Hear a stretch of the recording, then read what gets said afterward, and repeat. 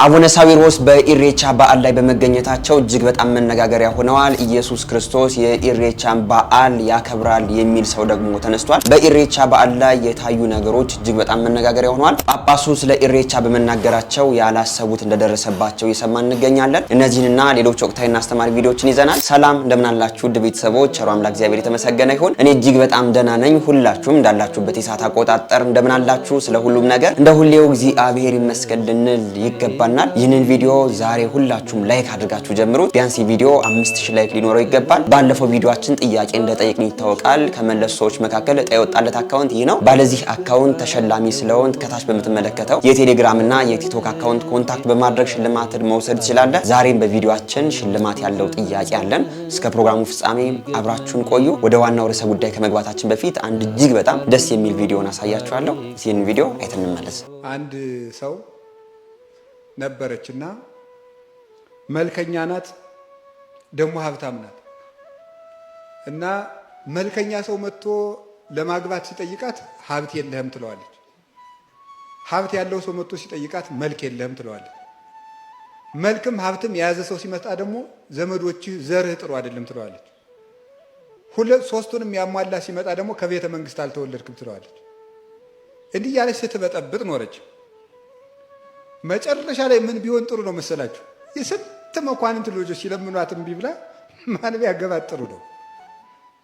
የሆነ ወራዳ ጠንቋይ ምን አድርጎ ነው ያገባት? ልነግራችሁ እኮ ነው። ክብር አይደል የምትፈልግ? ምንድነው ያደረገ? ሰው ሁሉ እንዲሰግድልሽ አደርጋለሁ አላት። እሺ አጋንንቱን ምን አደረጋቸው? እኔ ሰውን ለጥንቆላ ተሰበስበው እናንተ ደግሞ በአየሩ ላይ በመታት አርጤምስ ነው የምትባል ስሟ፣ ለአርጤምስ ያልሰገደ ይጠፋል የሚል ድምፅ አሰሙና እግዚአብሔር አዘዘን ብሎ ሰው እንዲሰግዳል ሰውን ሰበሰበና በዚህ በሰማይ ሆኖ ለአርጤምስ ያልሰገደ ወዮለት የሚል ድምፅ ተሰማ። ሰው ደግሞ ይህች ማምላክ ብትሆን ነው ብሎ ሰገደለት። ሰው ጅል አይደል? ከዚህ በኋላ ስግደቷን ቀምሳ የአንድ ጠንቋይ ሚስቱን አቀረች።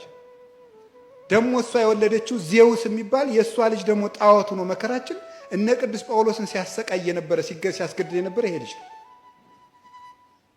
መመካት ሰማችሁ? እንደው አብዛኞቻችሁ እዚህ ያገባችሁ ትሆናላችሁ፣ ያለገባም ይኖራል። እንደው ለማግባትም ብዙ አትመጻደቁ ደበላችሁ ብዬ ነው። ገብቷችኋል? አትመጻደቁ። እንደዚህ ያለው እንደው ለእናንተ መላክ የምታገቡ ነው የምትመስሉ አንዳንዶቻችሁ። ይሄን ያሟላ ገነት ውስጥ የምትኖሩ መሰላችሁ እንዴ? እንዲሁ ግርም ነው የሚያደርገው። እንደዚህ ያለ ሰው የት ነው የሚገኘው? ገነት ውስጥ ነው። ወንዶችን ብትሆኑ ማለት ነው። እንደዚህ ያሟላች ትዕቢት ክፉ ነው። እንደዚህ ያለ ይሄ የለውም፣ እንደዚህ የላትም እያሉ መመጻደቅ ልክ ዞ እግዚአብሔርን አመስግኖ መግባት ነው። በጣም ትዕቢት ክፉ ነው። እግዚአብሔር ከትዕቢት ያድነን። አሜን። ሁላችንንም እግዚአብሔር ከትዕቢት ያድነን። ለመምህራችን ለርዕሰ ሊቃውንት አባ ገብረ ኪዳንም የአገልግሎት ዘመናቸውን ያርዝምልን። ወደ ቀጣይ ቪዲዮአችን ደግሞ ስንሄድ እስኪ ሁላችሁም ይህንን ቪዲዮ በደንብ ስሙትና እናንተም ኮሜንት አድርጋላችሁ፣ እኔም ደግሞ የተሰማኝን ነገር እናገራለሁ። ቪዲዮን ላሳያችሁ። ሰሞኑን በየከተማችን አደባባዮች ላይ የታዘባችሁት እውነት አለ አይደለ? ምን የሚል በዓል? የመስቀል በዓል፣ የዳመራ በዓል፣ የምናምን በዓል። እንዴት አመጡት? ከየት አመጡት? ምናምን ስትሉ ክርስቶስ ኢየሱስ የተሰቀለበት መስቀል የተገኘበት ምን ይላሉ? ቀን።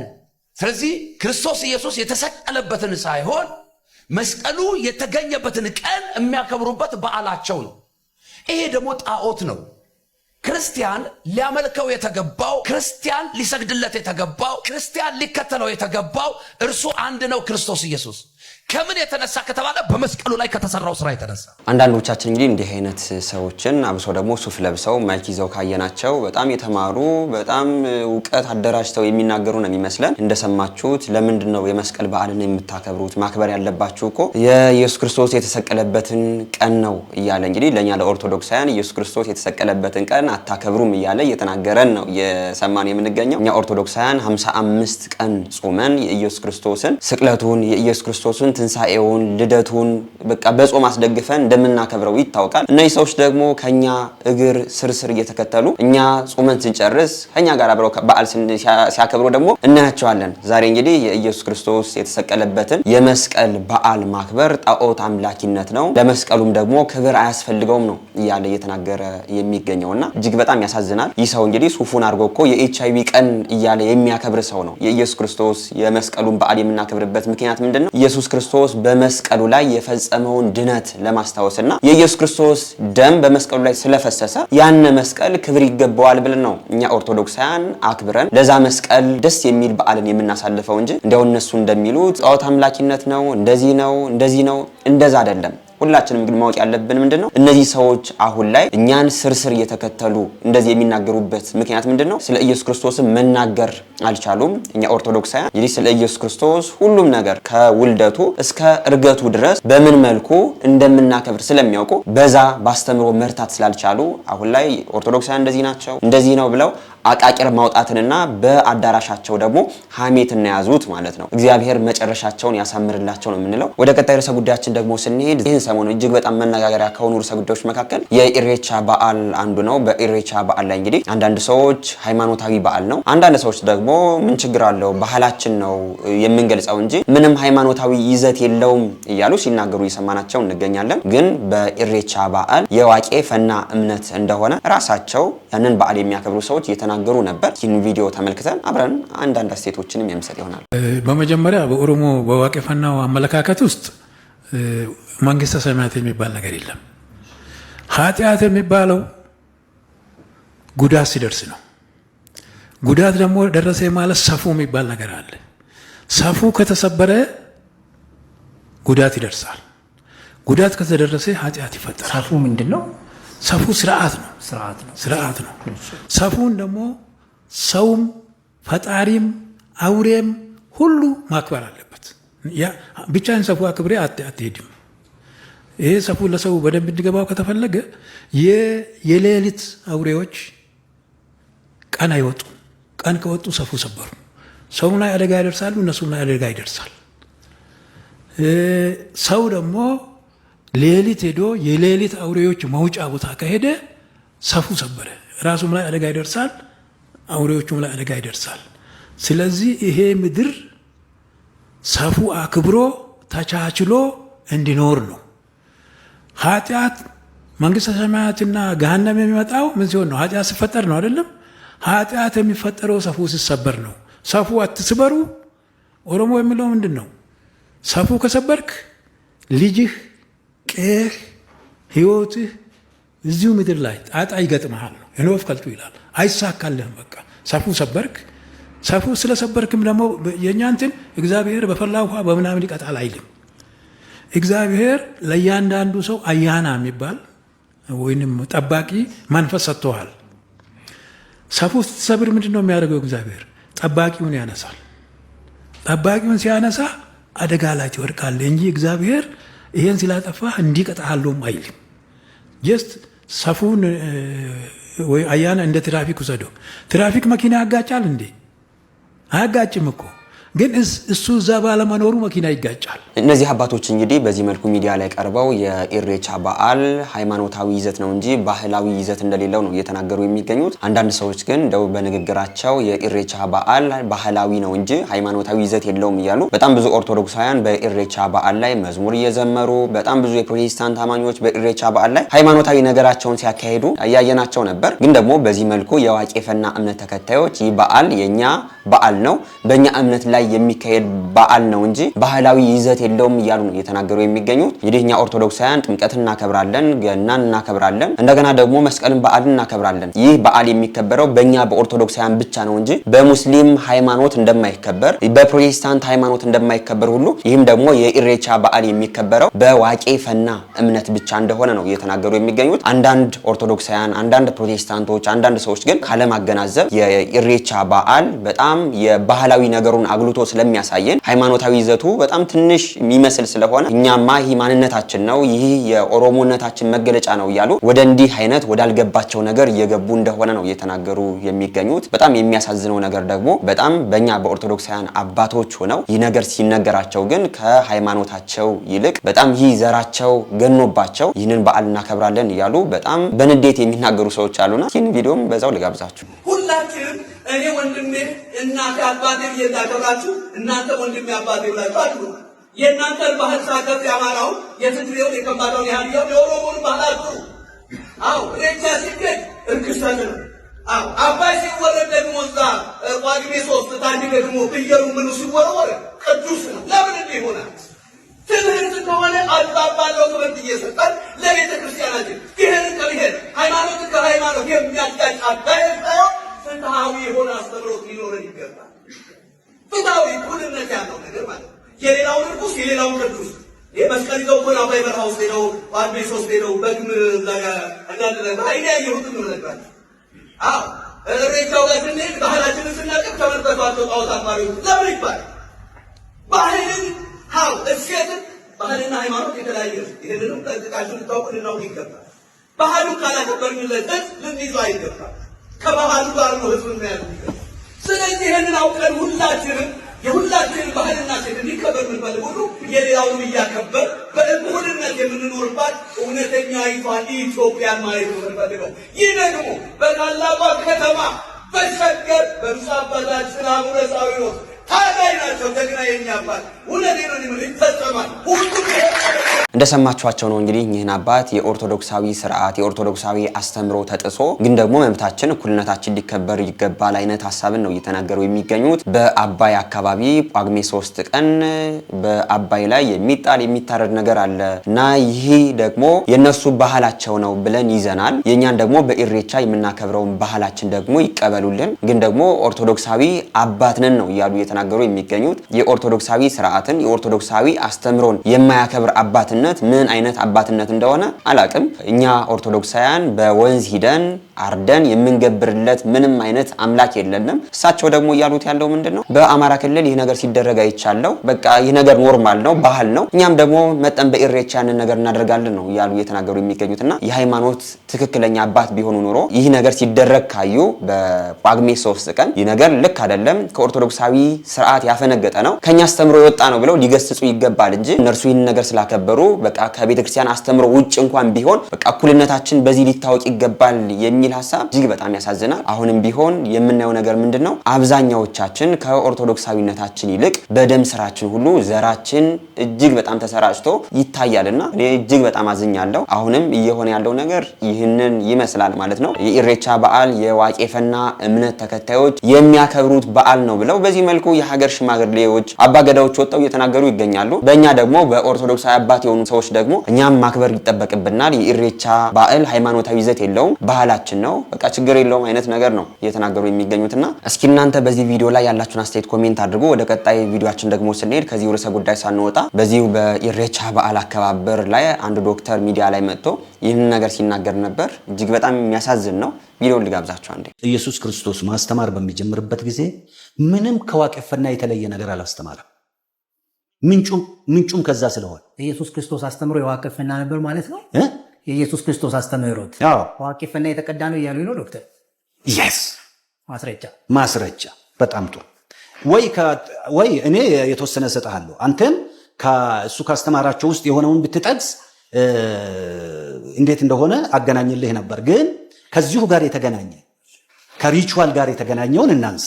አሁን ነው ብጥብጡ የተጀመረው። እሺ ከሪቹዋል ጋር የተገናኘውን ብናነሳ ኢየሱስ ክርስቶስ ሪቹዋል ከኔ ውጪ አታምልኩ ብሎ ረግሟል፣ አልተቀበለም ብለው አዛብቶ ኢንተርፕሬት የሚያደርጉ ሰባኪዎች ተናግሮ ሰዎች በዚህ ውስጥ ነው ያሉት። በኋላ መቼ ነው የተወሰነ እሱንም የሚለውን እናያለን። ፈርስት ኦፍ ኦል ኢየሱስ ክርስቶስ ሪቹዋል አታድርጉ አላለም። የትም ቦታ ብትሄድ የምታደርጉትን ሪቹዋል ስታደርጉ ከልብ መሆን አለበት፣ መንፈሳዊነት መኖር አለበት። ላይምሰል መደረግ የለበት፣ ፍቅር ሊኖርበት ይገባል ነው ያለው። ይሄ ደግሞ ትልቁ የዋቄፈና እሴቱ አሁን የሚታየው መጀመሪያ ሰው ታርቆ ነው የሚሄደው። ቁርሾ ይዞ አይሄድም። የሚሄደው ከልቡ ፈጣሪን ለማመስገን ነው፣ ለማስመሰል አይደለም። ስለዚህ ኢየሱስ ያስተማረው ያለው ለማስመሰል አትስሩ፣ ልባችሁ ፈጣሪ ጋር ይሁን ይሄንን ሲሰሩ እንጂ ዝም ብላችሁ ለመብላት፣ ለመጠጣት፣ ለፈንጠዝያ መሆን የለበትም። ምናልባት ዶክተር የምታደርጉትን ነገር ማስመሰል በፍቅር ምናምን ማድረግ ጥሩ ነገር ነው እሱ በራሱ ግን መጀመሪያ መጀስ የምናደርግለት ማን ነው የሚለው ነው አይደል የሚቀድመው? ፈጣሪ ነው። እሱ ፈጣሪ ምን አይነት ፈጣሪ ነው? እንዴት ፈጣሪ? ስንት ፈጣሪ አለ እኮ። አይ ሰውየውን እንግዲህ እንደሰማችሁት ነው። በዚህ መልኩ ዶክተር ነው ተብሎ ነው እንግዲህ ስለ ዋቄፈና እምነት እየዘረዘረ የሚገኘው። ዶክተሬቱን የሰራ በእምነቱ ይሆን የሚል ሀሳብ አለን። እጅግ በጣም ግን የሚያሳዝን ነው። ዛሬ በቪዲዮአችን እንዲህ አይነት አዋቂ ነን ብለው ሱፍ የለበሱ ሰዎች በዝተውበታል። ግን ደግሞ ንግግራቸው ምንም አላዋቂ እንደሆኑ የሚያሳይ ነው። ለዚህም ደግሞ ይቅር በሉኝ እላለሁ። ግን ደግሞ ኢየሱስ ክርስቶስ የዋቄፈና እምነት ተከታይ ነበር እያለ ሲናገር ነው እየሰማን የምንገኘው። አሁን ላይ እንግዲህ አንድ ሰው አንድ እምነትን ተነስቶ የሚያስጠጋው ወደ መጽሐፍ ቅዱስ ነው። ለምን? ይህ የዋቄፈና እምነት የራሱ የተደራጀ ነገር ስለሌለው። ቅድም አንድ ሰው እንግዲህ ቀርቦ ምንድነው ያለን? የዋቄፈና እምነት መንግስተ ሰማያት የሚባል ነገር የለውም። ሰው ኃጢአት ከሰራ በምድር ላይ ነው የሚቀጣው፣ ልጁ ይሞታል ወይም ደግሞ ሀብቱን ይነጠቃል ነው ሲል የነበረው። ይህ ሰው ደግሞ በዚህ መልኩ መጥቶ ደግሞ የዋቄፈና እምነት የኢየሱስ ክርስቶስን አስተምሮ ነው የያዘ ብሎ ነው እየተናገረ የሚገኘው። አሁን ላይ ተጋጨ ማለት ነው። ሰውየው ቅድም በምድር ላይ ነው ሰው የሚቀጣው ብሏል። ይሄኛው ደግሞ ምንድነው? የኢየሱስ ክርስቶስን አስተምሮ ነው የያዘ ከተባለ ደግሞ መንግስተ ሰማያት አለ ብሎ ያስተምራል ዋቄፈና የሚል ሐሳብን ያዘና ዝም ብሎ ዶክመንት ያልሆነ ሃይማኖቱ ብቻ ሃይማኖት ነው ተብሎ የሚጠራ ነው እንጂ አስተምሯችን እንደዚህ ነው ብሎ የሚገልጽ ሰውም እንደሌለ እያየነው እንገኛለን። አሁን ላይ ሰውም ተነሳ መጣም ሁሉም ነገር የሚያስጠጋ ወደ መጽሐፍ ቅዱስ ነው። ይህንን ሰሞንም እያያችሁ ትገኛላችሁ። ሙሴ የዋቄፈና የአማኞች ጠባቂ ነው፣ በሲና ተራራ ጸልየዋል። ሲና አይደለም የሚባለው መጽሐፍ ቅዱስ ላይ ተሳስቷል፣ ሴና ነው የሚባለው ከኦሮሞ ቋንቋ ሄደ ነው ያሉ አንዳንድ ሰዎችም ሲናገሩ ሰምተናልና አሁንም ቢሆን የሚገርም ነገርም አይደለም። የኛ ሃይማኖት ነው ብለው ግን ደግሞ የተደራጀ ነገር ሳይኖረው ሲቀር ወደዚህ ወደ እውነተኛው መንገድ እየመጡ እያስጠጉ ኢየሱስ ክርስቶስ እንደዚህ ነው፣ ሙሴ እንደዚህ ነው የኛ አስተምሮ እያሉ ሲናገሩ እንሰማቸዋለና የዚህ ሰው አላዋቂነት ያሳያል ማለት ነው። በሌላም መልኩ ደግሞ ዋቄፈና የሚባለው አስተምሮ እንደሆነና ያና አስተምሮ ደግሞ የተደራጀ ነገር እንደሌለው አንዱ ሰው ተነስቶ ስለ እምነቱ የሚናገረውና ሌላ ሰው የሚናገረው ነገር የሚጋጭ ነገር እንዳለውና ትክክለኛ መንገድም እንዳልሆነ ነው የሚያሳየው ማለት ነው። በዚህ ቪዲዮ ላይ ያላችሁን አስተያየት ኮሜንት አድርጉ። ይህ ሰው እንግዲህ በዚህ መልኩ የማያውቀውን ነገር ሲፈተፍት እያየነው እንገኛለን ለማለት ነው። ወደ ቀጣይ ቪዲዮአችን ደግሞ ስንሄድ ስለዚህ ስለ ኢሬቻ በዓል አቡነ ሄኖክ የተናገሩት ነገር እጅግ በጣም መነጋገሪያ ነበር።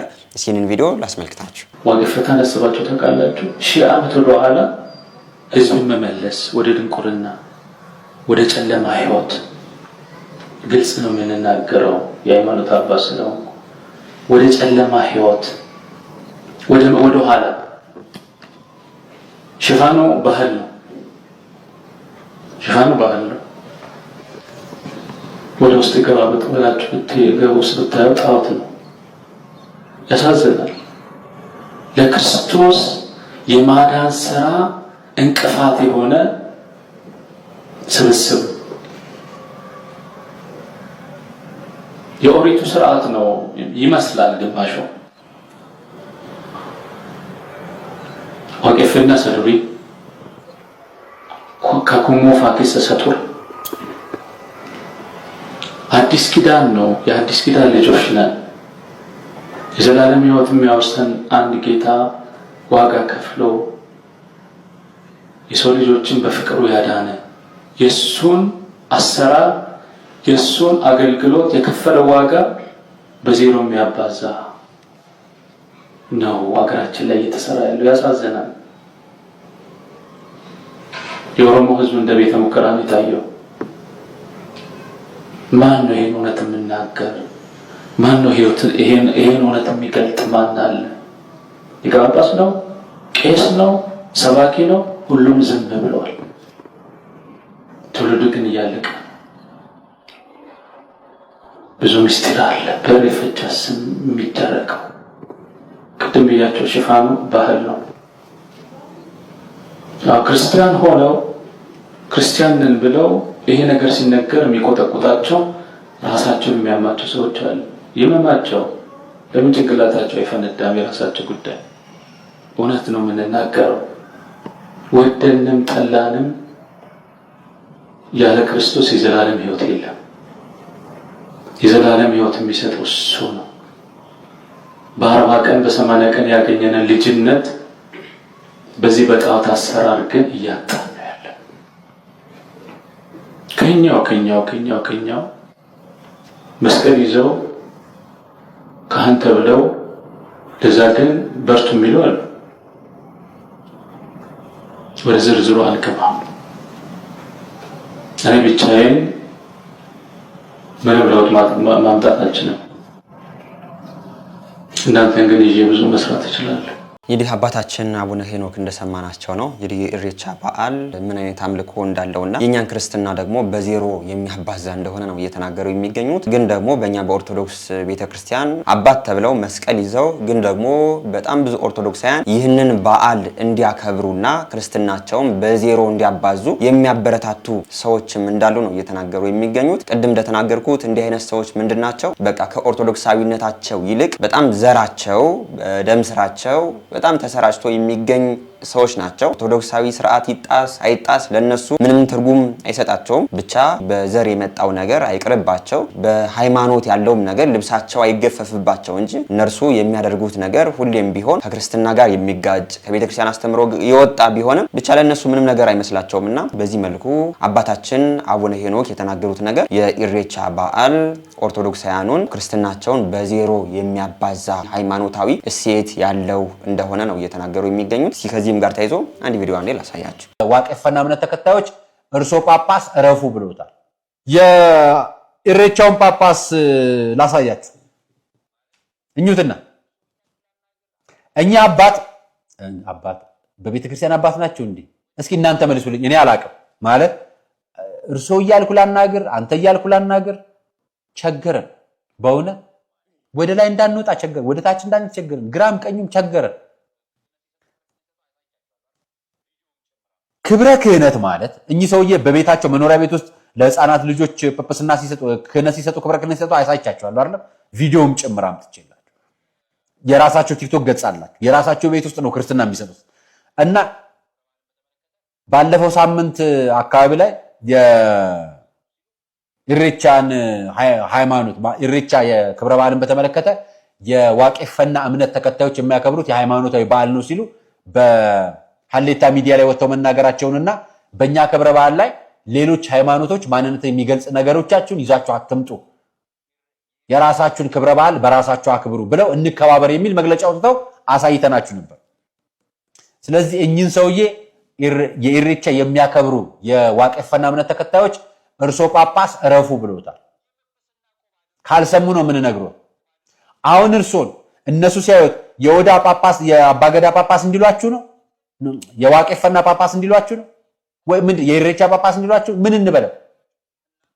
መዋቅር እኮ በማህበር ነው ደግሞ ያኛው የቱለማ ምናምን የሚባል ማህበር ነው እና ለዛ ማህበር ጳጳስ እንበላችሁ። እነዚህ ሰዎች ጳጳስ አይደሉም። በ2015 እነ አቡነ ሳዊሮስ በህገ ወጥ መንገድ የሾሟቸው ሰዎች ነው የነበሩት። ግን ደግሞ ያን ሹመታቸው ቤተክርስቲያን ልክ አይደለም ብላ ብትነግራቸውም በቃ እኔ ጳጳስ ነኝ ብለው ራሳቸውን ጵጵስና የሾሙ ሰው እንደሆኑ ነው እያየናቸው የምንገኘው። በዚህ መልኩ እንዲህ አይነት ሰዎች ናቸው ከቤተክርስቲያን ስርዓት አፈንግጠው የቤተክርስቲያን ስርዓት ገደል ይግባ ከሁሉም ነገር ይልቅ የሚበልጥብን ዘራችን ነው ብለው በዚህ መልኩ እንግዲህ የጵጵስና ቆብ ላይ አድርገው እጅግ በጣም የሚያሳዝን ነው። እነዚህን ሰዎች በምን መልኩ እንደምንገልጻቸው ብቻ አናቅም። እንዲህ አይነት ሰዎችና እንዲህ አይነት ሰዎችን የመሰሉ ሰዎች በጣም ብዙ ኦርቶዶክሳውያንን በተሳሳተ መንገድ እየመሩ ኦርቶዶክሳዊነታቸውን በዜሮ የሚያባዙ አባቶች እንደሆኑ እያየን እንገኛለን። ዛሬም በኢሬቻ በዓል ላይ እነዚህ ሰዎች አብረው ተገኝተው ሲያከብሩም አይተናቸዋል። ያከበሩት በዓል ምንም ባህላዊ ነገር አይደለም፣ ሃይማኖታዊ በዓል ነው። ያን ሃይማኖታዊ በዓል ደግሞ ከኦርቶዶክሳዊነት ጋር ጭራሽ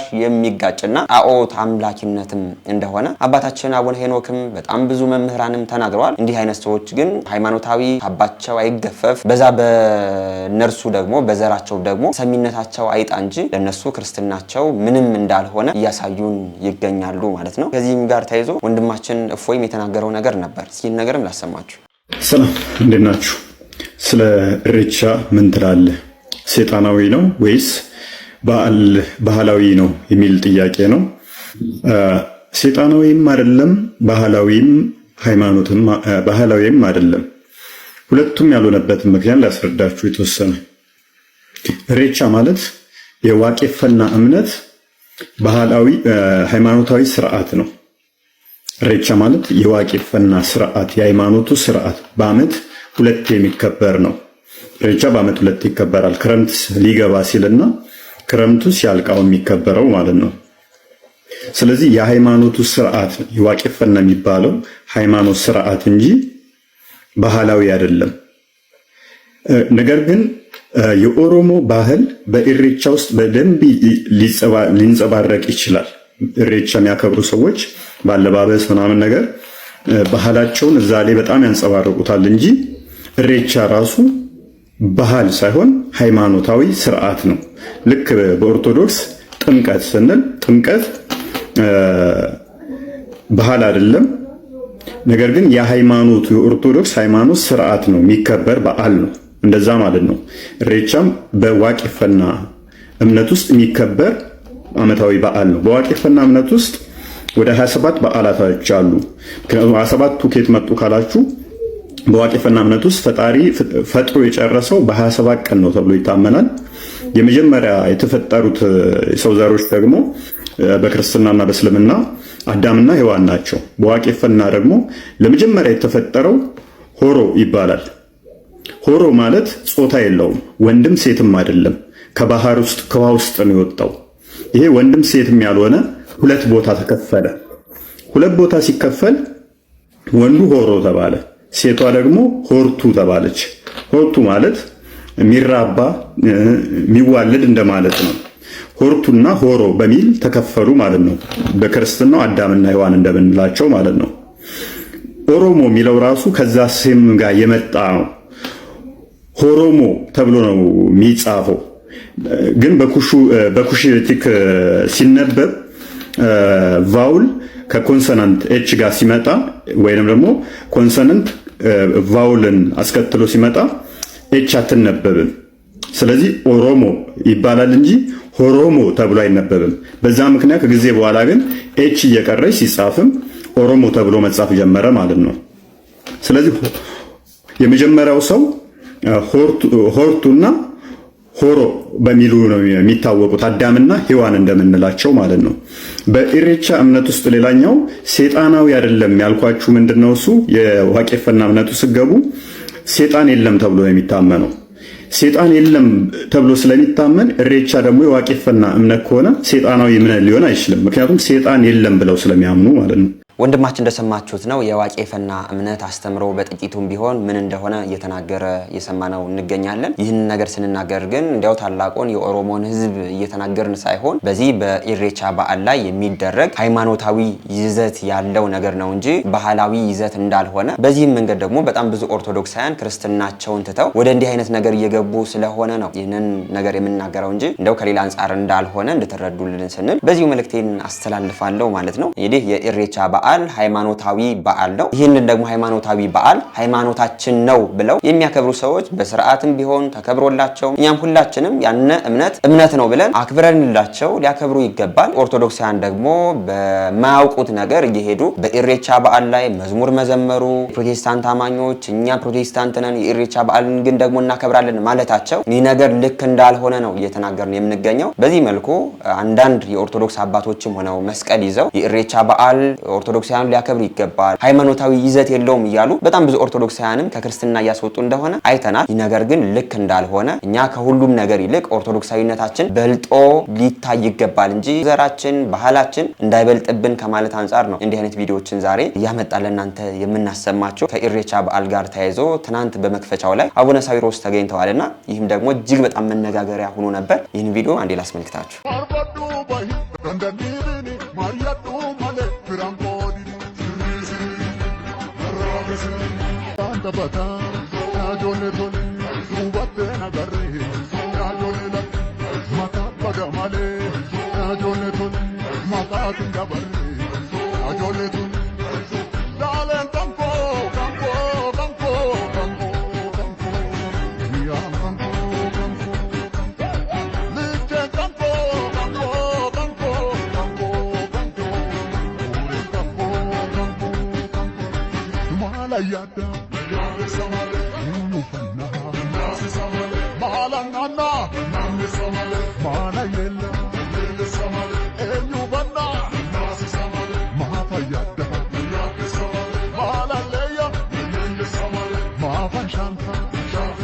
ይህ እንዳያችሁት ነው አቡነ ሳዊሮስ በኢሬቻ በዓል ላይ በመክፈቻው ላይ መገኘታቸው እጅግ በጣም መነጋገሪያ ሆኗል። በዚሁ ግን እንኳን ለኢሬቻ በዓል በሰላም አደረሳችሁ ማለት ፈልጋለሁ። የዋቄፈና እምነት አማኞችን ማለት ነው። አንዳንድ ኦርቶዶክሳውያን ነው ደግሞ በዚህ እምነት የማያገባቸው የቤተክርስቲያን አባቶቻችን ደግሞ በዚህ መልኩ ህዝበ ክርስቲያኑን መንጋውን ጠብቁ ቢባሉ መንጋውን በዚህ መልኩ ወደ አልሆነ መንገድ ወደ ጨለማ መንገድ እየሰደዱት እንደሆነ እያየነው እንገኛለን። እና አቡነ ሳዊሮስን በሉት በዚህ ፕሮግራም ላይ መስቀላቸውን ይዘው ቆባቸው ጭነው የተገኙ ሰዎች ከሁሉም ነገራቸው ይልቅ ከቤተክርስቲያን ይልቅ ከቤተክርስቲያን አስተምሮ ይልቅ የበለጠባቸው ለነሱ ዘራቸው ነው። እንግዲህ ዘራቸው ያዋጣቸው እንላለን። በዚህ መልኩ ግን እጅግ በጣም የሚያሳዝን ነገርን እያየን እንገኛለን። አቡነ ሳዊሮስ በዚህ መልኩ ዘረኛ ሆነው ደግሞ በቤተክርስቲያን አውደ ምሕረት ላይ ደግሞ እንዲህ ብለው ይናገራሉ። ሲያንዴ ይሄን ነገር ላሰማችሁ። እኛ ዘረኝነትን የምንቃወም ሰዎች ነን። ዘረኝነትን ለማስፋፋት ሳይሆን ዘረኝነትን የምንቃወም ዘረኝነት መቆም አለበት የምንል ሰዎች ነን። ሰዎች አልተረዱንም እንጂ ሰዎች እንደሚያወሩት እንደሚሉት ሳይሆን እኛ ባለንበትም ከዚህ በፊትም በኖርኩበትም ከሁሉም ብሔር ብሔረሰብ ጋር ነው የኖርኩት። ሰዎች ግን የራሳቸውን ጥፋት ለመሸፈን ቀይረው ብዙ ያወራሉ፣ ብዙ ይላሉ፣ የራሳቸውን ወደኛ ያመጣሉ ማለት ነው። የኢትዮጵያ ሕዝብ ሁሉ አንድ ነው። ቤተክርስቲያን ቅድም እንደተባለው አንድነትን ነው የምታስተምር፣ ትብብርን ነው የምታስተምር። የኦሮሞ ህዝብ ደግሞ ሁሉንም አቃፊ ነው፣ ከሁሉም ጋራ የኖረ አሁንም የሚኖር ነው። ሰው የሚወድ እንጂ ሰውን የሚጠላ አይደለም። አቡነ ሳዊሮስ እንደሰማችኋቸው እኛ ዘረኝነትን የምንቃወም ሰዎች ነን ነው እያሉ እየተናገሩ የሚገኙት። እንዳፋቸው ያድርግላቸው ነው የምንለው። ግን ደግሞ መሬት ወርዶ የምናየው ነገር ዘረኝነትን መቃወም ሳይሆን የዘረኝነት ራስ ሆኖ ነው እያየናቸው የምንገኘው። አሁንም ቢሆን እንዲህ አይነት ሰዎች በዚህ መልኩ ኦርቶዶክስ የነበረውን ህዝብ ከኦርቶዶክስ እያስወጡ ወደ አጉል መንገድ እየሰደዱት እንደሆነ ነው እያየን የምንገኘውና እጅግ በጣም የሚያሳዝን ነገር ነው። እግዚአብሔር ለቤተክርስቲያናችን ትንሳኤዋን ያምጣላት ነው እንጂ ሌላ ነገር የምንለው ነገር የለንም። በዚህ ቪዲዮ ላይ ያላችሁን አስተያየት እናንተም ኮሜንት አድርጉ። በኢሬቻ በዓል ላይ ግን የተፈጠረው ነገርና የኢሬቻ በዓል ደግሞ ባህላዊ ይዘት ሳይሆን ሃይማኖታዊ ይዘት እንዳለው እንድታውቁት ብለን ነው ይህንን ቪዲዮ ዛሬ የሰራንበት ዋና ምክንያት። በቪዲዮ ላይ ያላችሁን አስተያየት ኮሜንት አድርጉ። ይቀጥላል ቪዲዮአችን። አሁን በዚህ ዘመን እስስት የበዛበት ዘመን ዘሌዋውያን 11:30 ላይ ነው ያለችው አይደል? እስስታውን በጣም ሸጋነት። ሰው ካየ ሰው ትመስላል፣ ጅብ ካየ ጅብ፣ ቅጠል ካየ ቅጠል። እስስት አታውቁም? እስኪ በሉ እስስት በል። ያው መጽሐፍ ቅዱስ ነው የተነገራት። እንግዲህ ነው የምለን እስስት በቃ ያየችውን መምሰል ያየ ምንም አይቀራትም። ተመልከቱ፣ መናፍቃኑ ያዩትን መምሰል ተመልከቱ። ያዩትን ስንዘምር መዘመር፣ ስንሰብክ መስበክ። እንዲህ ሲባል ደግሞ ተመልከቱ፣ ልብሰ ተክህኖ ስንለብስ ልብሰ ተክህኖ መልበስ፣ ከበሮ ስንይዝ ከበሮ መልበስ። እስስት የራሷ የላትም። የራሷና የራሳቸው ማንነት የሌላቸው እስስት ያንን የምትመስለው ለምንድን ነው ካልከኝ፣ እውነት ያንን መስላ እውነተኛ ለመምሰል ለማጥፋት። እኔ አንድ የሚገርመኝ እስስትን ሲያገኛት ሰው በዱላ ነው የሚመታት። በምንድን እንደሚያደርጋት ተናገሩ። ገጠር ያደጋችሁ ተናገሩ። አቤት በድንጋይ ነው ባባንገሩ አንገታ ምን እኔ ነቁ አላልኩም። እሺ አደራችሁ እንደዛ አላልኩም። እውነቴን ነው በምትደረገው ተመልከቱ። ሰው ዞር ግን በጣም ይገርመኛል። ግን በጣም የሚገርመኝ ምንድነው እስስት ካላየች ሰውየው መምሰላች። ወይ ጉድ! እስኪ በል እስስት በሉ ሁላችሁም። ካላየች በቃ ያዩትን መምሰል። አሁን ቆብ ማሰፋት ይዘዋል፣ ሻሽ መጠምጠም የሚያዙ፣ ታቦት ማውጣት የሚያዙ። እንደው እኮ ወይ እስስት ይወጣል እኮ መምሰል። በቃ ሰው ታዲያ ጥበበኛ አይደል? ሳታየው ዝግ ብሎ አንገቷን እንቅ አድርጎ ግድል ያደርጋታል። እነቁ አላልኩም፣ አደራሽ። አሁንም አደራ ብያለሁ። እና ምንድነው ለማለት የፈለኩት እኔ ተመልከቱ፣ ለማለት የፈለኩት እስስት መለዋወጥ፣ አንድ መልክ የሌላቸው። በመጽሐፍ ቅዱስም እኮ ተነግሯል። እስመ ሌሊሁ ሰይጣን ይትሜሰል ከመ መልአከ ብርሃን፣ ሰይጣን የብርሃን መልአክ ሊመስል መልኩን ይለውጣል ተብሎ መጀመሪያ እመቤታችንን አይወዷትም ነበር። አሁን የጌታ እናት ናት አሉ። አሁን ደግሞ የጌታ እናት ናት ብለው ከተጠጉ በኋላ ደግሞ ስዕል መቅደድ ያዙ። እውነቴን አስረግጬ የምነግራችሁ እነዚህ ሰዎች እግዚአብሔርን አይወዱትም። ማንን አይወዱትም? በሞቴ ነገሩ ኢየሱስ ብለህ ለመስበክ እኮ ኢየሱስ የሚለውን ስም ኢየሱስ የሚለውን አካል ያገኘው የስጋን አካል ያገኘው ከድንግል ማርያም ያን ስም ያገኘው የሚበላ ሰው እንጀራ ካጣ የማያድር ሰው የእግዚአብሔርን እናቱን ለእግዚአብሔር የመገበችው ላይ የሚቀና እንዴት ነው? ሰው ቅናት የዚህን ያድጋል እንዴ ጎበዝ? ለመምህራችን እግዚአብሔር ያገልግሎት ዘመናቸውን ያርዝምልን። እንግዲህ የስስት ጸባይ ያላችሁ በመናፍቃኑም ያላችሁና በእኛም በኦርቶዶክስ ቤት ሆናችሁ ኦርቶዶክስን የምትመስሉ በአንዳንድ ሁኔታችሁ ደግሞ ዘራችሁን ደግሞ የምትመስሉ እስስቶች እባካችሁ ከእስስትነት ባህሪያችሁ ውጡ እያሉ ያስተማሩን ይገኛሉ። ያው ተመከሩ። ለመምህራችን እግዚአብሔር ያገልግሎት ዘመናቸውን ያርዝምልን። የዛሬ ቪዲዮቻችን እንግዲህ እነዚህን ይመስሉ ነበር። በንግግሬ ያጠፋሁት ነገር ካለኝ ኮሜንት አድርጉኝ። ሁሌም ቢሆን ለማስተካከል ዝግጁ ነኝ። በፕሮግራማችን እንግዲህ የኢሬቻ በዓል ሃይማኖታዊ ይዘት እንዳለው የሚናገር ፕሮግራም ነው እንጂ ቅድም እንደተናገርኩት ከዘር ጋር ከዚህ ጋር የሚያያዝ ነገር እንደሌለው አሁንም ቢሆን ሁላችሁም የፕሮግራሚ ተከታታዮች እንድታውቁልኝ ስል በዚሁ መልእክቴን አስተላልፋለሁ። ለምን አንዳንድ ሰው ባልሆነ መንገድ ተረድቶ ኮሜንት ሊያደርግ ይችላልና ይህ ፕሮግራም እንግዲህ ለኛ ለኦርቶዶክሳውያን ያንን በዓል ማክበራችን ከኦርቶዶክሳዊ ስርዓት ውጭ እንደሆነ ለማሳወቅ የተሰራ ፕሮግራም ነው ማለት ነው። ዛሬም እንደሁሌው ጥያቄ አዘጋጅተናል። የዛሬ ጥያቄያችንም 200 ብር ካርድ ያሸልማል። ጥያቄውን አይተን እንመለሳለን። እንደ ኦሪት ሕግ መሰረት ሰው ከ10 አንድ እንዲሰጥ ያዛል። ይህ ስርዓት ምን ይባላል? ሀ አስራት፣ ለ ምጽዋት፣ ሐመርኋ ደግነት፣ መባ። የዛሬ ጥያቄያችን እጅግ በጣም ቀላል ነው። ሁላችሁም መልሱን ኮሜንት አድርጉ። አብሶ ደግሞ መልሱ ለሁላችንም ለኦርቶዶክሳውያን ግዴታ የሆነ ነገር ስለሆነ ይህንን ነገር ልናውቀው ይገባል። ሁላችሁም እስኪ ኮሜንት አድርጉት መልሱ ምን እንደሆነ። ይህንን ቪዲዮ ላይክ አድርጋችሁ ያልጀመራችሁ ሰዎች ቪዲዮን ላይክ አድርጉት። እንግዲህ እናንተ ላይክ አድርጉት እኛንም ማበረታት ነው። በጣም ለብዙ ሰው ቪዲዮውን ለማዳረስም አቅም ስለሚሰጠው ላይክ አድርጉት፣ ሼር አድርጉት። ቢያንስ ቪዲዮ ዛሬ 5000 ላይክ ሊኖረው ይገባል። ለቻናሉም አዲስ የሆናችሁ ሰዎች እኔ ተመስገን ነኝ። ይህንን ቻናል ሰብስክራይብ በማድረግ አስተማሪና ወቅታዊ ቪዲዮዎች እንዲደርሷችሁ አድርጉ። እናንተም ቢቀርቡ የምትሏቸውን ቪዲዮዎች ከታች በምትመለከቷቸው የቴሌግራም እና የቲክቶክ አካውንቶቻችን ላኩልን። አይተን መርጠን ለእናንተ የምናቀርባቸው ይሆናል። በሌሎች አስተማሪና ወቅታዊ ቪዲዮዎች እስከምንገናኝ እኔንም እናንተንም ቸር ያቆየን። ተልጎሎበታል ብልሰትንቀኝ ለዚህ ያደረስከኝ ጌታዬ እኔ ማን ነኝ?